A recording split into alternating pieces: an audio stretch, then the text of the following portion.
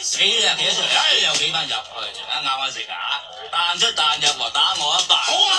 就點可以透過跳來跳去或者計個日子之後咧，點可以盡量去避開呢40%嘅違反咗產稅係啊。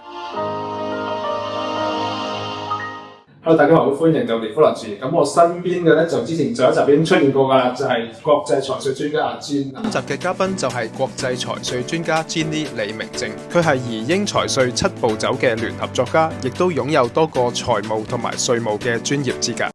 係啦，咁咧就上一集就講過咧，就嚇到我好驚，就係講緊稅網藍圖。係啦，佢講到係直頭係會係上 Google 嘅街景啦，去 Facebook 睇你嗰啲social media 睇你拍咩，然後去揾翻你係咪其實原來咧係有好多牽合嘅咁，同埋諗翻佢嗰個稅網係實在太緊密啦。咁會唔會真係有一啲嘢係會漏報啊嗰啲嚟構成一個甚至可以去到係刑事罪行咧？咁就好嚴重嘅。咁但係話雖稅網藍圖，但係其實咧都有方法可以合法地去逃離呢個稅網嘅。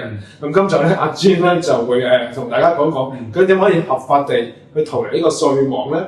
係咁啊，其實呢個都係一個叫做偽命題啦。係，不如咧講逃離稅網呢樣嘢咧，其實佢最容易嘅方法咧，我哋成日咁講咧，就係話你唔好做呢個稅務居民。係，咁啊，大家咧一定識及到一樣嘢咧，就係大家成日講嘅回流啦。咁啊，呢個字我諗近排咧都係講嘅。係。咁啊，我會覺得回流其實係一個好籠統嘅字。咁啊，我就會將佢有時會分成咧係真回流同假回流。即係真假回流，咩叫真回流咧？真回流咧，你就真係可能覺得英國唔適合自己，咁或者係一啲嘅家庭原因，或者家庭成員唔中意，咁覺得咧都係要翻香港。咁你哋翻香港就可能係真係定居啊，唔再翻英國啊，或者將來唔係點翻啊？嗱呢種咧叫真回流，即係連根拔起啦。但係我覺得更加多嘅人咧，其實係假回流。咩叫假回流咧？其實就係我嚟緊最理想就係咧，我5+1。咁啊，攞咗呢個護照啦。咁可能咧有好多情況其實都係發生就係呢個家庭狀況。我見過好多人就係其實佢哋嘅諗法就係話，因為小朋友其實去英國通常都係好大部分原因因為小朋友讀書啦。咁但係小朋友讀書可能去到大學啦，其實佢哋都叫fulfill到照顧責任啦。同埋當你個小朋友去到大學嘅時候咧，其實咧你想理佢咧，佢都唔理你㗎啦。係啦。咁到時咧，亦都啱啱呢個時段咧，可能喺香港其實亦都有啲嘅四大長老好啦，父母都好啦。其實我諗都係年紀有分，即係又多幾歲㗎嘛。其實往往喺呢個時間咧，就交叉點啦，就其實你完成咗父母嘅責任，又係唔係時候要做翻啲仔女嘅責任咧？咁你如果翻去做仔女責任嘅時候，其實你就係要翻香港，可能去照顧屋企人定期住下。咁但係同時間你都維持翻英國嘅身份之餘，亦都可能係話想我都翻下英國係扶下仔女，有時就翻香港，咁甚至有時咧就住下其他地方。旅居又得，環遊世界都得。咁其實就視乎你個家庭情況啦，你嘅責任啦，你嘅諗法啦。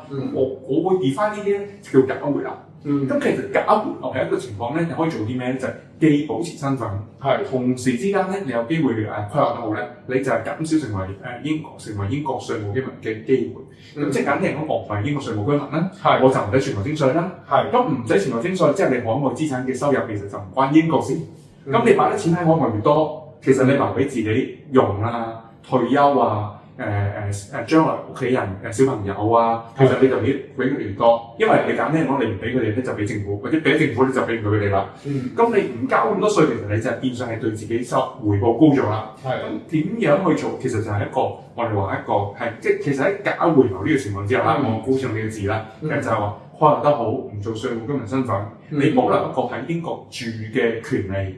同埋嘅一定嘅時間，但係同時可以盡可能唔喺英國即係住咁耐，減少成為稅務居民。咁呢一個規劃咧，其實就係我哋講一個大而家喺稅改之後啦，或者係好多朋友係改完家之後，其實係一個配合埋個人生週期，兩地有家庭嘅情況之下咧，其實係一個比較 appropriate 嘅一個規劃方向嚟嘅。其實呢個係一個真係好理想嘅狀態。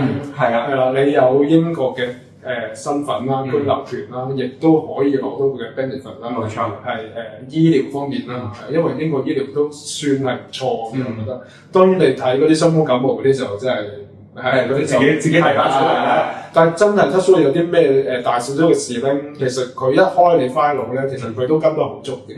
係咁，所以你呢個狀態就係你可以攞到呢啲嘢。冇錯。係啦，但係與同時咧，亦都可以逃過英國一樣好殘酷嘅嘢，就係好高嘅稅收。冇錯。係咁啊，即係一個好完美嘅狀態。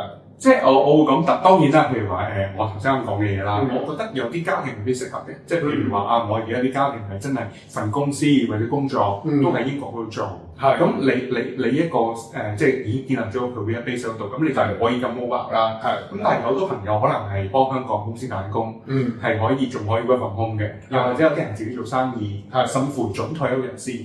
咁其實呢啲你就可以通過呢一個嘅方向咧，係去策劃就係話我個生活圈，因為我會講就係話即係好多一個立場咁，我就撇除一個即係有啲人話對邊個地方個中意或者唔中意嘅呢種嘅個人喜好啦。咁但係其實喺個全世界性嚟講咧，旅居啊或者喺唔同嘅地方定期居住，其實喺好多嘅方向大勢所趨嚟嘅。其實以前嘅年代都有，以前嘅年代叫環球世界。咁其實其實某程度上你喺唔同嘅地方去定期居住，其實都係一種生活方向。如果喺唔同嘅地方定期居住之餘，可以生活情況控制到，生活質素保留到，減少啲稅，照顧到自己屋企人，照顧到自己，照顧到自己將來小朋友，其實係一個係可以同步做到嘅嘢嚟嘅。咁所以呢一樣嘢我哋話其實係就係嗰個我哋嘅財稅，點解就係因為稅務同時即係衍生更多嘅財富，財富家庭財富係亦都牽涉咗就係唔好交咁多稅嚟多啲錢咯。即係已經唔係講買啲咩工具，而係講呢一樣嘢。咁所以我話呢個思路咧，其實就係一個我哋話。唔好好理想化，不過係一個現實上係我可以做得到嘅嘢嚟嘅。因為其實咧大家都睇我哋啲片都知道啦，我同 Ada 就好中意去旅行。咁咧好多時咧就我哋每去到嗰個地方咧，都會好中意嗰個地方，都會好想搬去嗰度住。但係咧你如果留得耐咧，又發現嗰個地方係有唔好嘅嘢。冇錯。所以我哋成日都諗如果最好嘅咧就係真係旅居啦。而家興叫 nomad 啦，digital nomad 即係遊牧民族、數碼牧民啦。係啦。咁就因為每個地方咧，其實都係有好有唔好。英國當然好嘅就係佢夏天嘅時候真係好靚好清，係啦。